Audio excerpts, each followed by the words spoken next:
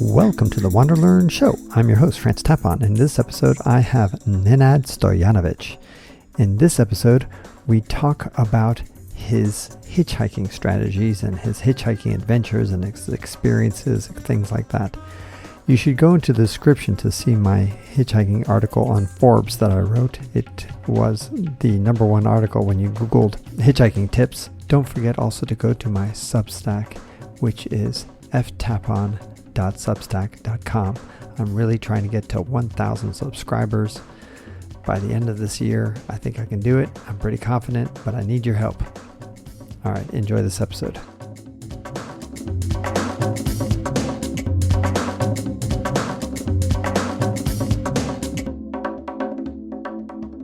I wrote an article on Forbes, and I'll put a link in that article in the description. But my question to you is when you saw that article about the 10 tips about hitchhiking, any ones that you would add or comment on? Because you hitchhike quite a bit. Yes, I traveled the world mainly by hitchhiking. And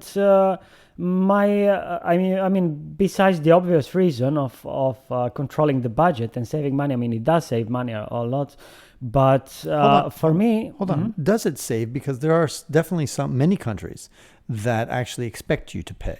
There are not so many countries. There are some countries, especially in Central Asia, I would say,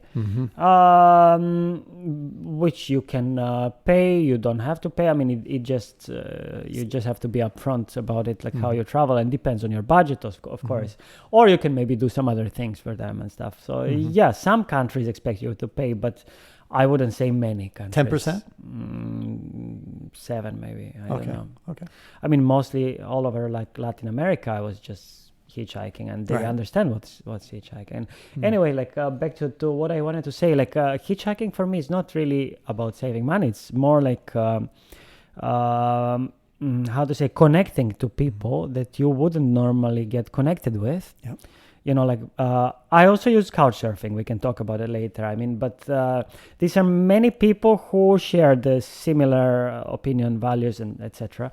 We are like-minded. But with hitchhiking, you get to meet all sorts of people. And for me, this is very inspiring and very interesting because you can learn a lot about the world, about the different cultures, and not only about that, but you can inspire each other. Many people stop and pick me up out of curiosity, what is this guy doing there? I want to hear his story or something. So then I want to hear their story. And many times, I end up like a psychiatrist because people tell me things they wouldn't normally share with anyone else because I'm just there, temporary friend for them, who just came to their life out of nowhere. And, then they share their stories. And through these stories, it's very interesting to analyze how society works, how people think, how we all have how we all are so similar,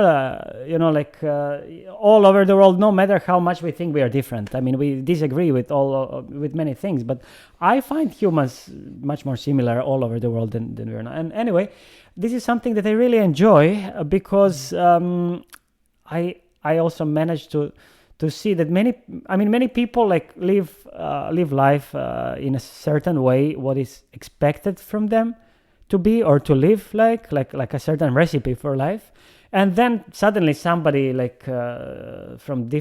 somebody comes to their life from different perspective and gives them different ideas. And I like to believe that I did inspire many people to do some changes.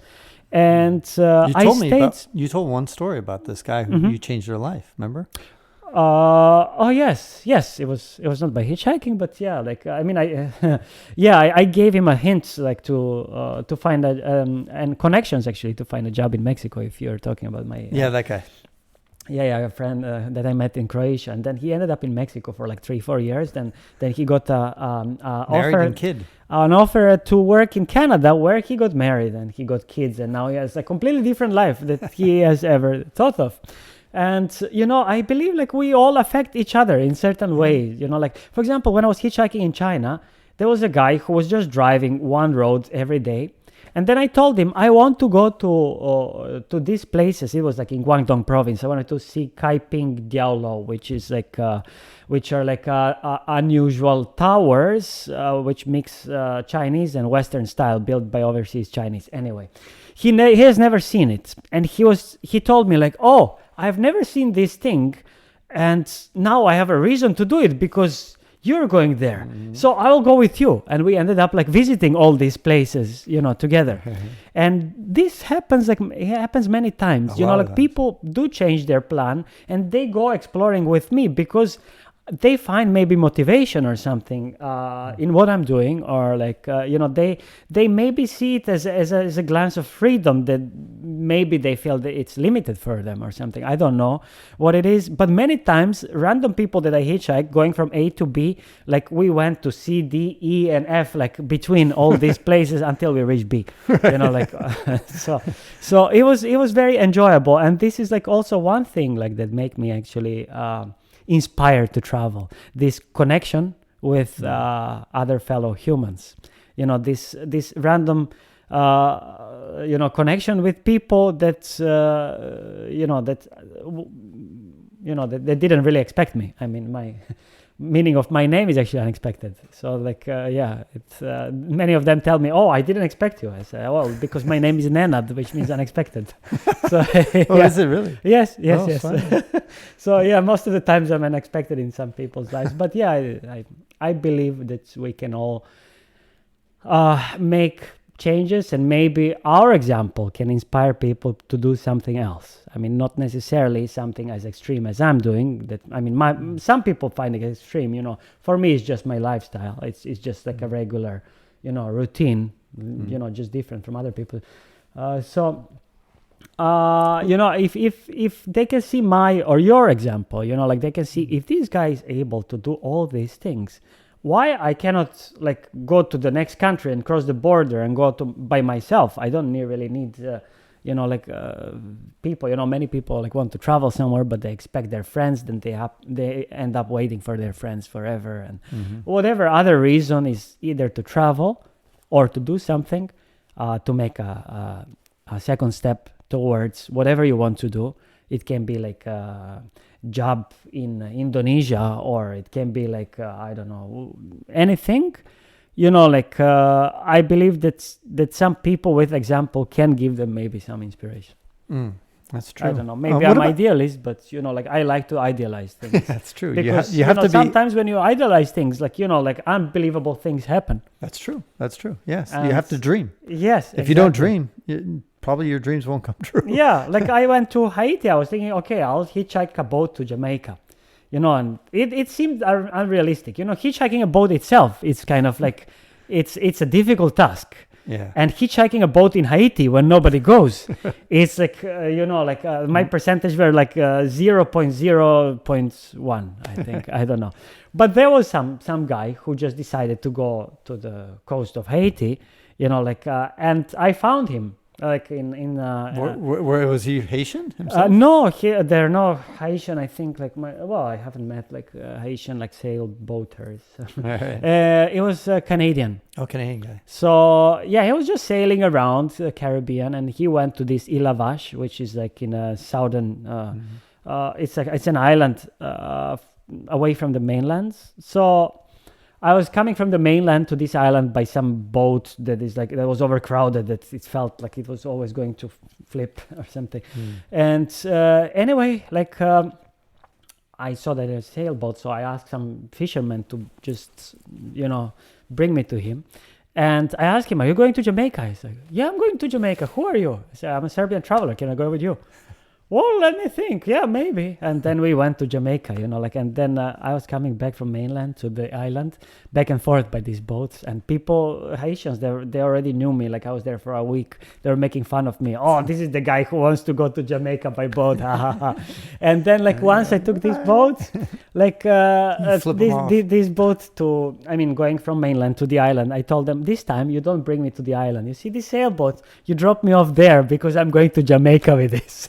And then, oh wow, really? So yeah. The point of this story is anyway, you have to dream to, to for things to happen, I guess. Okay, but there is the money element too that everybody Of course, wants to know. I mean, you cannot travel without money unless... Okay, so tell me... It's possible. Actually, there are maybe some people I know, traveling without, but I don't agree with that. Yeah. It becomes you become Parasites. a parasite and a moocher and that kind of stuff.